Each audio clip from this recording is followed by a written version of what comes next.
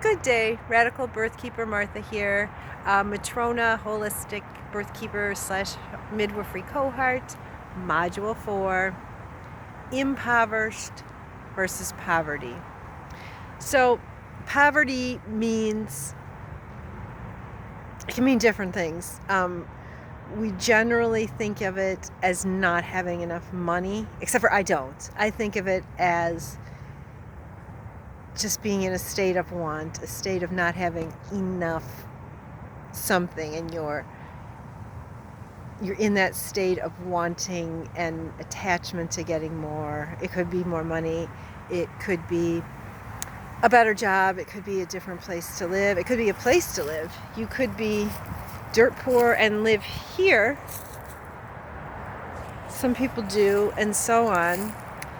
It could be not having enough children if you want children, or not having enough free time, or not having enough health. It's mostly thought of as money because that's the times we're in. So that's poverty.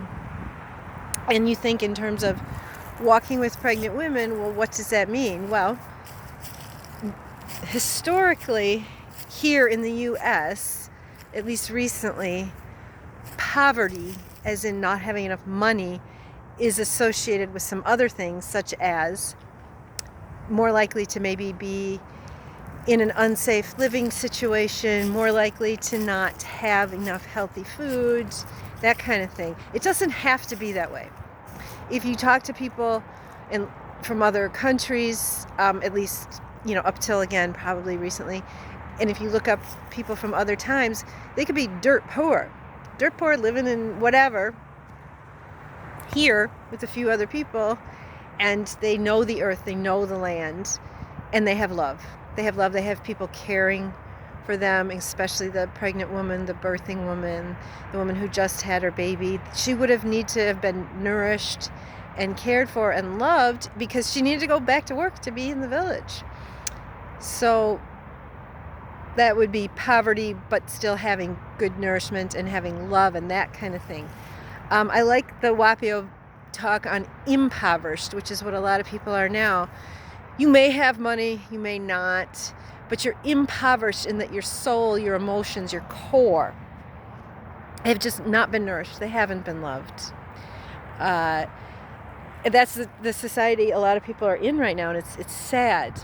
So if you're impoverished, if you don't have the love, if you don't have the support, if you don't have the nourishment, the emotional nourishment, and maybe the will to get the food nourishment, that's impoverished. So how does that affect pregnancy and birth? Same way it affects everything else. Your nervous system, all your systems, your circulatory, your endocrine, your hormones, all that aren't doing well. That does happen when you're impoverished. And I think Wapio said this, but I can't remember for sure. That could be a good reason why there is increased rise in preeclampsia, the diagnosis of preeclampsia. It's a fake thing anyway, but there is some truth to people having more raised blood pressure and some other things because of impoverishment. You're stressed out, you go to work, you're not focused on your own nourishing and someone's not nourishing her.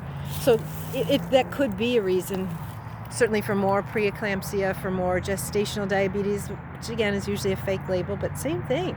And for postpartum depression, absolutely, yes.